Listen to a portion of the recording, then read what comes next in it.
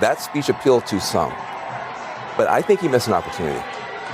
I think the Mamdani that we saw on the campaign trail, who was a lot more calm, who was a lot warmer, who was a lot more embracing, was not present in that speech.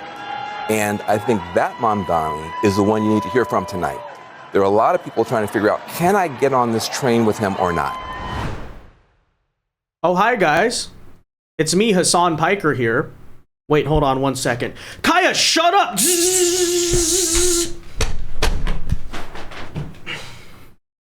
Oh, don't worry, it's just a vibrating collar. I feel like half of our audience won't even understand that joke. But no, in all seriousness, speaking of Hasan Piker and many of Zohran Mamdani's top political allies, we are already starting to witness the freak out today by establishment Democrats over the victory of Zohran Mamdani in the New York City mayoral election. This is a win, by the way, we told you the entire time was destined to happen. It was basically a mathematical inevitability.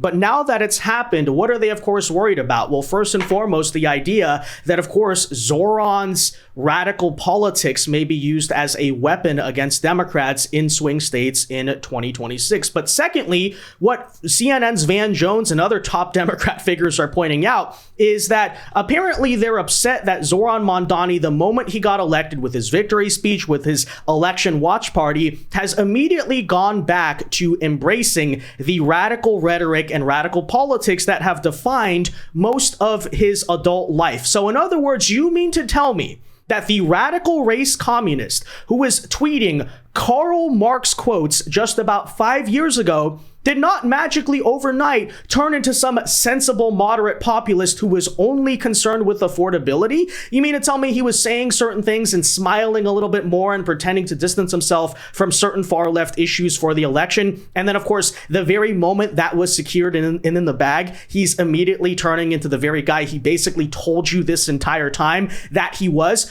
Color me so freaking surprised. So on one hand, while I do want to laugh at the Democrat meltdown today, I secondly, though, would like to point out to Van Jones, to Chuck Schumer, to Hakeem Jeffries, and even, by the way, ironically, Andrew Cuomo, all of these establishment Democrats who for years did nothing to stop the rise of the radical left tide within their own party. They embraced these people, they coddled these people, they, by the way, sponsored immigration policies that made it more easy and possible for the Zohran Mamdanis of the world to win elections in places like New York City, that this is entirely a beast of your own creation. So however much you want to distance yourself from it or even complain about it, no, these people are just as responsible for it as, say, the lunatic progressives or migrants who just got here all voting for Zohran. But in today's video, I will, as promised, break down kind of the numbers and takeaways from this New York City mayoral election, which, to be completely honest with you, I know people are going to say, oh, but he won. Actually, mathematically, is a massive underperformance and is not a strong sign that there is any form of a progressive mandate. But that's clearly what Democrats all seem to believe, which is why, again, the party leadership like Chuck Schumer is saying, I don't want anything to do with this. Like, we didn't actually do that well. We only got 50%. No, Zohran is the future. Okay. But we'll get into it, guys. First, though, do us a favor. If you enjoy our content, make sure you hit that like button down below and subscribe to the channel if you are new. That is not only the best way to support our work, but it also ensures that you can stay up to date with all of the latest news and coverage. And with that said, I think the response of Chuck Schumer just recently when he was asked, hey, who did you vote for in the New York City election? Did you vote for Mamdani? After all, you never endorsed the guy, so what's going on? And his answer, by the way, is so telling. Take a listen. Today is election day in New York City. Did you vote for Mamdani or Cuomo? Look, I voted, and I look forward to working with the next mayor to help New York City. Well, pretty interesting non-answer there from Chuck Schumer, right? After all, if Zohran and the progressive tide are the future of the Democrat Party, and this is really popular and these kinds of politics works, why would he not want to embrace that? Well, because as I think you actually saw last night, and we were telling you before the election, some people just don't want to believe it, but the math is very obvious. Actually, Zohran Mamdani did not have a very strong performance.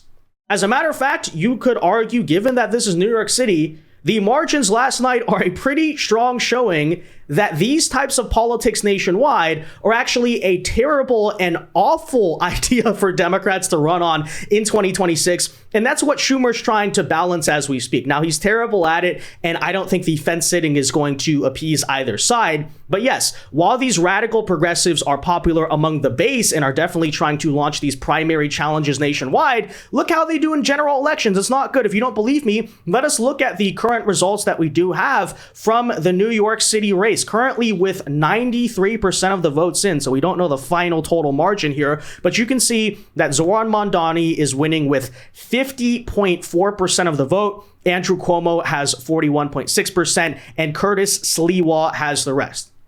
Now, it's worth noting, right? It's pretty close. Still votes left to count in the coming days and weeks because, New York City is going to take forever. You could very much end up with a scenario where Zohran Mamdani is getting less than 50%, right? In other words, a minority of people voted for him. More people in New York City would have voted against him than did vote for him. And even if he slimly wins here, right, the majority, you're talking about 50.4%. That is not a gigantic margin. Now, some people might say, oh, but Vince, he won anyway. So what exactly is your gripe? Let me say this right now, that this is New York City, and Zohran has a D next to his name. And yet in the end, when you break it down and you kind of account for the split ticket here, this election was razor close. For context, in 2021, Eric Adams got about 80% of the vote. That's what a Democrat should be getting in New York City. As you can see, Zohran himself was this freaking contentious, which is to say what? If you can barely, maybe, probably not, probably so, who knows? But if you can barely crack 50% in New York City, how exactly do you expect anyone with Zohran Mamdani's politics to crack 50% basically anywhere else outside of a deep blue city, even in a relatively deep blue state, but especially, right, the swing states nationwide? That is not the case. As a matter of fact, right, Democrats, of course, are touting last night. They're saying it was a big victory. And don't get me wrong, Spanberger in Virginia and Mikey Sherrill in New Jersey had really good results for the Democrat side, but it's worth noting, both of those characters were establishment Democrats, okay? This is not to say they don't embrace radicalism, because I think we obviously can see how much the Zohrans of the world are influencing the Democrat Party, but they tried to run sort of a center-left campaign. And actually, it's those people who overperform the establishment. So when you break that down and factor it in with Zohran's, again, underperformance in New York City, you're actually with the conclusion that we've been trying to tell you, which is that this progressive mandate you're hearing about so much throughout all of the media, oh, they're taking over the Democrat Party, this is the future, is completely fake. It's completely astroturfed. With all of these media support, with all of the George Soros and dark money Zohran Mamdani had on his side, in the end, you break it down, right, by the margins, total votes, he could barely win the majority in New York City. That is actually a really bad sign for the Democrat Party. But that said, if you expect Zohran to immediately start governing as some type of, political moderate or whatever, he tried to say, I'm not a communist anymore. I'm just running on affordability or something like that. Well, take a listen to some of the snippets from his victory speech last night, where, I kid you not, he openly quotes Eugene Debs, which is the founder of the Socialist Party of America, okay? Not a very good guy in history, very radical. And then secondly, vows to basically tear down the system in America that, according to him, quote, got Donald Trump elected. So in other words, you mean the Constitution, the Electoral College, Western civilization, capitalism, whatever? Yeah, well, needless to say, again, what did you guys expect? Take a listen. The sun may have set over our city this evening, but as Eugene Debs once said, I can see the dawn of a better day for humanity. For as long as we can remember, the working people of New York have been told by the wealthy and the well-connected that power does not belong in their hands. Fingers bruised from lifting boxes on the warehouse floor, palms calloused from delivery bike handlebars, knuckles scarred with kitchen burns. These are not hands that have been allowed to hold power. And yet, over the last 12 months, you have dared to reach for something. If there is any way to terrify a despot, it is by dismantling the very conditions that allowed him to accumulate power. And yet, over the last 12 months, you have dared to reach for something. If there is any way to terrify a despot, it is by dismantling the very conditions that allowed him to accumulate power. And yet, over the last 12 months, you have dared to reach for something. If there is any way to terrify a despot, it is by dismantling the very conditions that allowed him to accumulate power. And yet, over the last 12 months, you have dared to reach for something. He's so obsessed with this guy. This is not only how we stop Trump, it's how we stop the next one. How did Donald Trump accumulate power? Capitalism. Right, well, you can immediately notice the switch up, not just in the things he's saying, but even the way that he is speaking. You know, most of the campaign trail, he was always smiling really oddly big the whole time. You know, he had this kind of calm, feel-good voice to him. And then the moment that he's elected, he thinks he is MLK or Vladimir Lenin or someone, and he's talking like this, yeah. But again, what did you guys think was gonna happen, you know? Sure, most of his voters probably understood exactly what they were voting for, and that is a reality check in itself. But to the establishment Democrats out there who are like, what happened to this guy? He was running a sensible campaign on affordability. Are you dumb or something? Like, what did you think? Okay, look at the people, look at the things he said in the past, and he never walked back.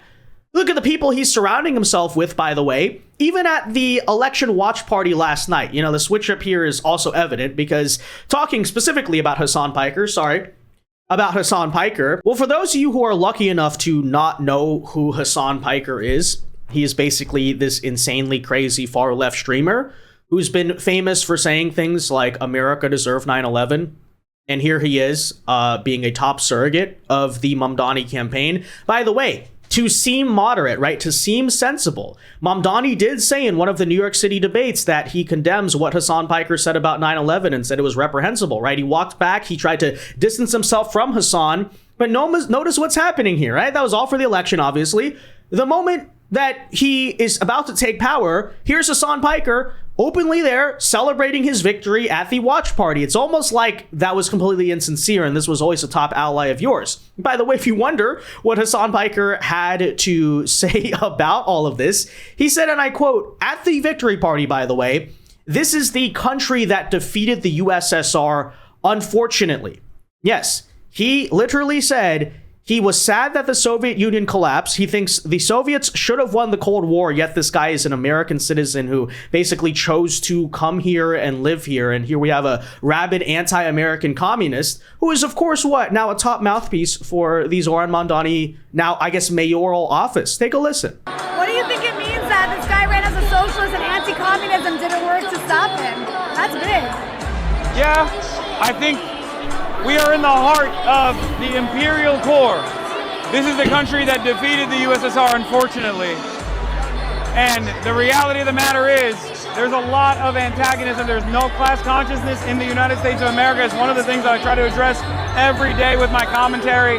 And I will say this, the conditions have deteriorated so much that everyday Americans, in spite of their lack of class consciousness, are finally arriving at the conclusion that perhaps there is an alternative out there. There is an alternative that focuses on them as opposed to the interests of the billionaires and the millionaires, as opposed to the interests of the capital owners. And I mean, you can't help but notice that. You can't help but feel at least a little bit of excitement around that. And also the significance. Yeah, so he didn't try to hide it all that much, did he? Hasan Piker is obviously a Marxist. Frankly, if he was saying these things in the 1950s, he might unironically be put in jail given the historic American laws against open associations with communism. And yet here we are, right? The mayor of New York just got elected off of whatever platform they claim he's running. And then, of course, right, that's the reality. That's who's backing him. That is all a part of his coalition. Radicals, right? Really is obviously all that simple. We similarly here have Mehdi Hasan, who is another insane anti-American leftist that we've spoken about before. Another guy who came to the United States, got his citizenship, and then is now just spending his entire time in America attacking the country that apparently he wants to live in voluntarily. It makes no sense. Well, here you see him nodding along and agreeing as Jennifer Welch goes on to say at the Zohran Mamdani watch party again, and I quote, Americans have no culture except for multiculturalism. And I quote here, crusty white people need to learn how to embrace it. Yeah. So Zohran Mamdani, the great unifier, he's bringing people together. He appealed to a broad coalition. And of course, hasn't even been sworn into office yet. The election, I'm sure at this point, was not even called. And they're immediately, right, telling you exactly the type of hateful lunatics that they obviously are. Let me tell you something. If it was all white people in here right now, it would be boring as shit. I've grown up in those circles. Everybody needs some spice and some color in their lives. Life's a lot better. That's the coolest thing about America. Americans have no culture except for multicultural. Well said. And we need to teach people how to embrace that. These crusty white people need to learn how to embrace it. Yeah, so that's insane. But again, you shouldn't be all that surprised by it. Zohran Mamdani's the very guy who, not that long ago, was saying he wants to basically increase taxes on white neighborhoods as a form to redistribute wealth and essentially do racial reparations. So he's going to intentionally tax the white people. And then suddenly now, again, the crazy race communist. Oh, he's not a crazy race communist. That is apparently, for whatever stupid, idiotic reason, CNN's Van Jones appears to be believing, because he just said this morning that he was actually not happy. He was not a fan of Zohran Mamdani's angry, far-left, rage-filled, quote-unquote, victory speech, basically saying that you ran as such a unifier. You were talking about affordability. Now you're speaking divisively. To which I say again, to Van and to all of you Democrats, he told you the snake poem I think is very relevant here, right? I told you I was a snake when I met you, and however that freaking goes. But in other words, you didn't believe me. And here you are. But take a listen. This is the response apparently of the establishment Democrat parties. Why is the radical acting like a radical? We can't believe this. Why is he switching up on us? Okay, just take a listen. But I think he missed an opportunity. I think the Mamdani that we saw on the campaign trail, who was a lot more calm, who was a lot warmer, who was a lot more embracing, was not present in that speech. And I think that Mamdani is the one you need to hear from tonight. There are a lot of people trying to figure out, can I get on this train with him or not? Is he going to include me? Is he going to be more of a class warrior, even in office? I think he missed a chance tonight to open up and bring more people into the tent. I think his tone was sharp. I think he was using the microphone in a way that he was almost yelling. And that's not the Mamdani that we've seen on TikTok and the great interviews and stuff like that. So I felt like there's a little bit of a character switch here, where the warm, open, embracing guy that's close to working people was not on stage tonight, and there was some other voice on stage. That said, he's very young, and he just pulled off something that's very, very difficult. And I wouldn't write him off, but I think he missed an opportunity to open himself up tonight, and I think that will probably cost him going forward. Okay, again, are you dumb? Are you stupid or something? Those are rhetorical questions. Please don't answer them. He's speaking like a radical because he is a radical. It's really not that complicated. He is giving a bitter, resentful, and hateful speech because he's driven by bitterness, resentment, and hate, just as the entire far left coalition is. That is basically actually the foundation of left-wing politics. And we're supposed to be surprised by all of this. I hope that these establishment Democrats also realize exactly what is happening here, and I hope they face the full consequences of it. Because let me also say, part of the reason you understand he's giving this speech is because to the radicals in the Democrat Party, this for them is just the first step, right? You wonder why he's not acting like he just won the presidency and it's like, let's all come together as Americans. Because that's not what it is to them, okay? I have speculated the entire point of getting Zohran into office is sort of the first step for them, okay? Talk, for instance, about the New York governorship. You did see, and we talked about it, Governor Kathy Hochul tried to desperately endorse Zohran as a way to maybe boost her own popularity, fend off a primary challenge, whatever. Terrible idea, especially given how the election results actually went. But you know what's coming, right? They're going to try to primary Kathy Hochul. And you're already starting to see the foundations of that, because despite them being buddy-buddy out when they were giving speeches and stuff, Zohran Mamdani's publicly stated way he's going to fund the free buses is by raising the New York state income tax. Kathy Hochul already said in her re-election campaign she's running on no new taxes, and even was asked recently, we talked about it, hey, does Zohran's candidacy change her mind? She said, no, I'm still not going to raise taxes. So you see what they're gearing up to do? Zohran's going to get into office. He's not going to be able to have the free buses. And then he's going to say, it's Kathy Hochul's fault. So we need to overthrow her, right? We need to go primary her. And they're going to try to push that. Hakeem Jeffries, probably a similar situation. And then even still, when he's a failed candidate, what's going to be around by then? 2028. Okay, see, that's because Donald Trump is stopping us. Now let's put the Marxists in the White House as well. And then all the dominoes fall. And that's ultimately, what they're at least aiming for. Now, how successful overall will they be? That remains to be seen. I reiterate, in Democrat primaries, the progressives definitely have energy. In widespread general elections, doesn't seem like they're having a great performance, but I seriously do hope that all of these establishment Democrats basically face all of that, right?